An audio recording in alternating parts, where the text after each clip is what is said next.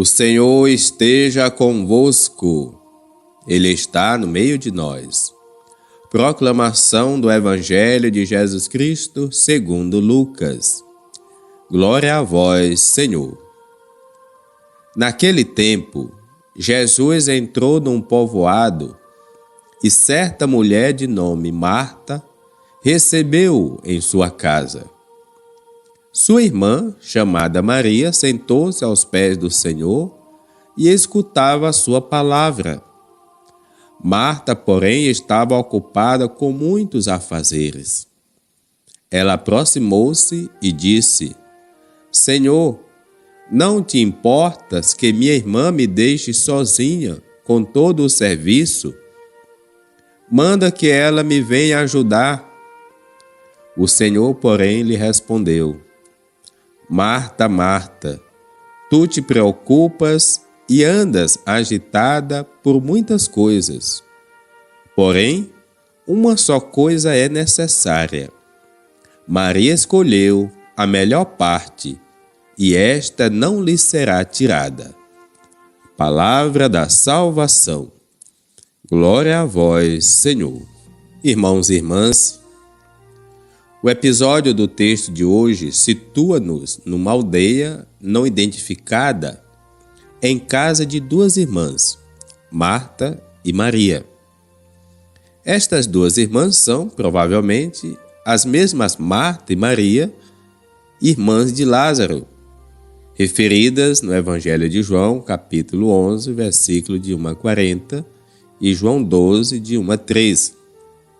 Se assim for, a ação passa-se em Betânia, uma pequena aldeia situada na encosta oriental do Monte das Oliveiras, a cerca de 3 quilômetros de Jerusalém.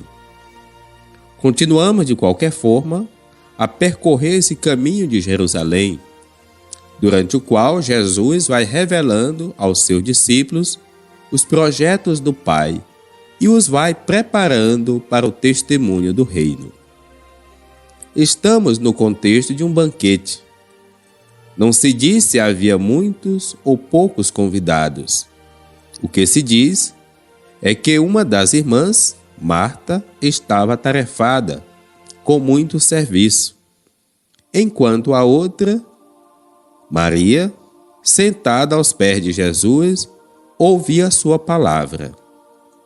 Marta, naturalmente, não se conformou com a situação e queixou-se a Jesus pela indiferença da irmã. A resposta de Jesus constitui o centro do relato e dá o sentido da catequese que nos interessa no episódio de hoje. Lucas nos quer apresentar: a palavra de Jesus deve estar acima de qualquer outro interesse. A palavra de Jesus deve estar acima de qualquer outro interesse. Por isso ela precisa ser uma palavra livre e não uma palavra manipulada. Há nesse texto um pormenor que é preciso pôr em relevo. Diz respeito à posição de Maria, sentada aos pés de Jesus. É a posição típica de um discípulo diante do seu mestre.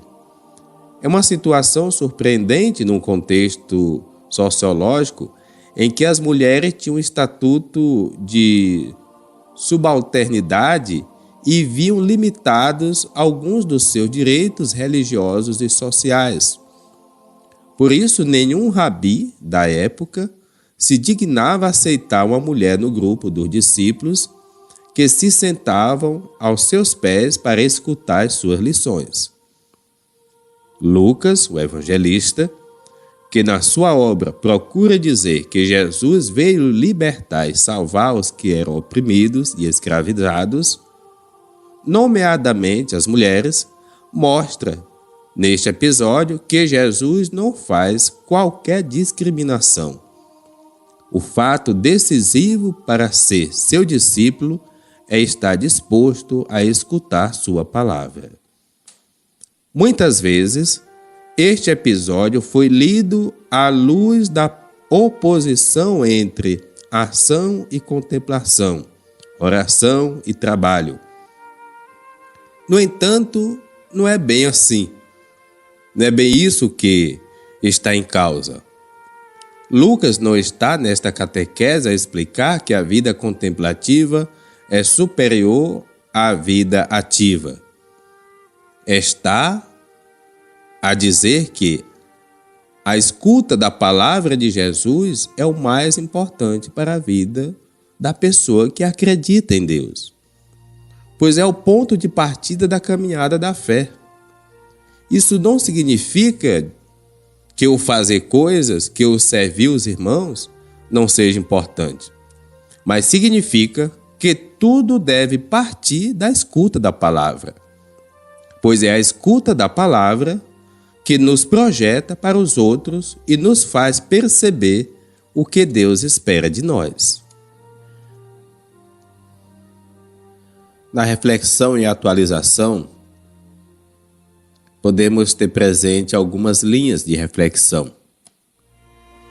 No nosso tempo, vive-se uma velocidade muito grande. Para ganhar uns minutos, arriscamos a vida, porque partimos do princípio que tempo é dinheiro. E perder um segundo é ficar para trás ou deixar acumular trabalho que depois não conseguimos digerir. Mudamos de fila no trânsito da manhã, vezes incontáveis para ganhar uns metros, passamos semáforos vermelhos, comemos de pé ao lado de pessoas para que nem olhamos, chegamos a casa cansados, enervados, estressados, vencidos pelo cansaço e pelo estresse, sem tempo e sem vontade de brincar com os filhos ou de dar atenção à família. Claro que essas são as exigências da vida moderna, mas como é possível nesse ritmo guardar tempo para as coisas essenciais? Como é possível encontrar espaço para nos sentarmos aos pés de Jesus e escutarmos o que Ele tem para nos propor? Nas nossas comunidades cristãs e religiosas, encontramos pessoas que fazem muitas coisas, que se dão completamente à missão e ao serviço dos irmãos, que não param um instante. É ótimo que exista esta capacidade de doação, de entrega e de serviço, mas não nos podemos esquecer que o ativismo desenfreado nos aliena, nos massacra e pode nos sufocar. É preciso encontrar tempo para escutar Jesus, para acolher e ruminar a palavra, para nos encontrarmos com Deus e conosco os próprios, para perceber os desafios que Deus nos lança. Sem isso, facilmente perdemos o sentido das coisas e o sentido da missão que nos é proposta. Sem isso, facilmente passamos a agir por nossa conta, passando ao lado do que Deus quer de nós.